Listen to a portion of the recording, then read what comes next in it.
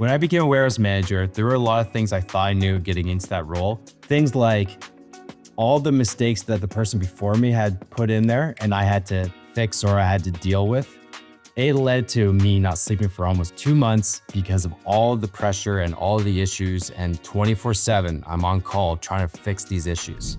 What I'm gonna do is walk through some of the things that I dealt with and the mistakes that I made so that you don't make the same mistakes, so that your ramp up time is a lot less than mine and you're really successful in this role. The first thing I found out is that this role is extremely isolating. The thing that I found was, before I was running and being a supervisor and talking with my team, other supervisors, the warehouse manager, we're coming up with game plans nonstop and bouncing ideas off of each other. When you get into this warehouse role, what you realize is you are now kind of stuck in the middle. You've got your VPs, directors, C-levels that are looking to you to implement things and improve operations, efficiencies, all that fun stuff. And then you've got your supervisors that are looking to you to answer the questions they have. And now what you have to do is you pretty much have to internalize all of these things and come up with a game plan and a path forward, even though you really might not know what that path forward is. I remember when I first started as a warehouse manager, it was a disaster. Things weren't running correctly. Things were breaking down all the time. And I remember I just wanted to go into a ball and just disappear for a couple of days and not deal with all that. That's obviously not the thing you can do. You have to keep looking at these problems and start taking small steps forward. You are now in a gray spot where you take whatever information you have at this moment, you make the best decision and you act on it. The worst thing you can do is sit on it and not do anything and not do any actions. Instead, take it, run with it, and you're gonna have to keep improving on it, reiterating over it and improving it. This rolls right into our second point, which is there's a lot more politics than you realize. At your organization, you're gonna have your directors, VPs, C-levels are all ahead of you, and you can't conduct yourself the exact same way as you do either on the floor or how you were doing it previously. You're now walking into a lot of things that you don't even realize that there could be some issues or there could be some other things that are playing behind the scenes that you're gonna have to deal with. I came into a scenario where I walked in and I was this new warehouse manager and I had one unbelievable supervisor and the other supervisor was not very good. So really try working hard with the supervisor, coming up with ideas, strategies to try and elevate their game. And it wasn't working. It came to the point after a little while, I'm like, we need to get rid of this person. Now I know this person had been at the organization for a long time. And so I went to my boss, which was the director at the time, and said, we need to get rid of this person. And here's why, and here's what I've tried, and here's what we're missing as an operation to kind of excel a little bit more than where we're at. I was told no. And I tried every single thing I possibly could to try and, squeeze this or move this around or make it happen. And I kept getting shut down. And they said, at the end of the day, you have to deal with this person. They are going to be your supervisor. You can't do anything about it. You're going to come up to these kind of issues that are going to happen that you have no control over. It's all the, how do you bounce back and how do you kind of work within that framework they've given you and try to excel with what you got. And what I did was I ended up bringing up a junior person that we start training up as more of a supervisor role. There are downsides to that, but that did help out with a lot of the things that I had to deal with at the operations as a whole. One of the other big things I was facing was I was working on the floor, working beside my team at that point, and then I moved up into this warehouse role. What I was doing before and how I conducted myself before were, joking around, having a good time, getting my work done. That doesn't work. And what I found, especially when I was really young, was that when you're joking around too much, even if you're working hard, the team is working hard, they see that as a vulnerability and they will utilize that and try to push you into whatever they're trying to do. You have to be very careful with that. And it's really tough because it's one of those things you don't want to lose your identity. If you're the type of person like myself who likes to joke around, but also really likes to work hard. So what you're trying to do is hold this relationship, but bring in boundaries around it. Because if you don't have those, they're going to lose respect for you and your decisions and your movements forward. And it's not going to help the organization. It's not going to help your career. It's not going to help the facility as a whole. So you're going to come into this role and you're going to have a lot of new ideas. The problem you're going to face is not everyone's going to be as excited about change and movements and improving things. You're going to hit things like politics, where you're going to come up with this great idea and they're going to say, this isn't going to work. People also, even if they think it's a good idea, they might even put on the brakes because they know, oh, this is really going to tick off the VP or the CEO because we've never done it this way, or it's going to cost a little bit more money here, or this is just not how we run our operations. And you're going to start hitting these walls that you didn't know exist, all because it's not their idea, or change is bad, or that you have people that have been there for 30 years and this is the only thing they know. What you're going to have to figure out is, where do you push and where do you pull?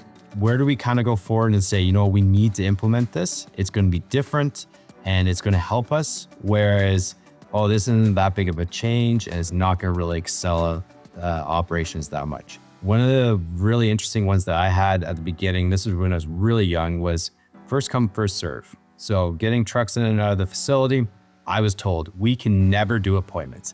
It is impossible. We're going to get hit with costs, detention, all that fun stuff. And there's no way we can do this. I kept pushing and pushing to the point where the CEO and the VP said, if you're going to do that, all these charges are on you. And I'm like, let's do this. Let's bring this on. Let's implement this and let's hold our team accountable, but our customers and carriers accountable. And I put that in there. And within a few weeks, we started seeing such less congestion, higher throughput, and just less chaos all inside the facility. And it was such an easy win to do, but it was everyone else from the top down telling me, you can't do this, you can't make the change, it's going to cost the company too much money, it's going to be a disaster. I knew that this was one of those things that if I push it forward, it's going to be a big win, and it was. There's no such thing as a perfect system. Coming into a role like this, you're going to have these ideas of how we're going to improve things and how we're going to implement all of these different changes. And you've seen it, especially if you've been in the facility for the last X amount of years, you've seen all the issues that are coming up. Thing is, you can't just go in there and implement all these changes and it's going to work perfectly. What's going to happen is you're going to have a few changes here or there, or even if you think this is like the big win that you saw and it's going to change your operations, it's not going to be what you think it is. And that's because there's so many moving parts in the facility. And that's down from personnel, that's from customers, that's from leadership, that's from the facility. Like, there are so many inputs that come in to an operation, how it runs. So not getting frustrated that you're not getting those huge wins that you thought. Instead, coming in and trying to think of, okay, what is the information I know today? Where am I trying to get to? And what are those small steps that can lead to that? I've done things where I brought in new machinery and I'm like, this is going to actually excel operations, 25%. And I was wrong. We're down maybe 5-10%. But also what comes with that is you have to build the operations and the instructions and how we're going to do that with procedures to get to that 30%. And it might not happen overnight. This might be training a team up. I think that's one of the things you have to realize, that there's a lot of human element in it, and you're gonna have to get your procedures in place to get to where you need to be. Vague standards means no standards. When I came into running a warehouse, one of the things that I quickly learned was that you have to set expectations. And it's not just setting these expectations, but making sure you have clear guidelines of how to get there. So what I would do a lot of times is, we need this area cleaned up. So I walk to the supervisors, we do kind of our daily walks or whatever that look like. And I'd be like, okay, this area is a disaster. We need to clean this up. That was mistake number one, that I wasn't setting in a deadline of, we need this done by 12 o'clock today or by end of day. And so when I come in and the next day I do my walkthrough with them, I'm like, well, why is this still like this? And supervisors are like, well, yeah, we have this schedule. I'm going to get a couple people to do this tomorrow. And you're like, but I wanted it done yesterday. That's a you problem. You did not come to them and say, hey, we need this done at that time. That was one of my biggest learnings, is put a date and time on things. And that's one of the easiest hacks, no matter what it is, an email, contacting a customer, dealing with the internal team, leadership, anything like that. Put a date and time on it, and it's going to help you be more organized, but then hold them accountable. Here's some quick tips for some quick wins. Shift handoff, making sure that everyone gets out there really quick. Everyone's ramped up and ready to go when the shift changes is one of the biggest wins you're going to get. What will happen if you don't hold people accountable on that shift change is people will slowly ramp up their day. They'll slowly ramp down their day.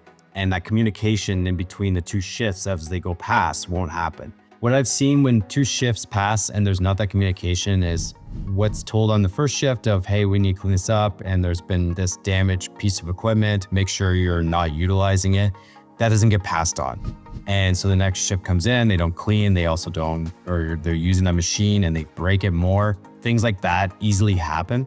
So making sure that not only does the team get out there, they're not wasting any time, because that can be easily an hour or 2 hours of every day wasted, but also that the team that's coming out there, they know exactly the issues they're facing or the things that they have to get done by the end of their shift.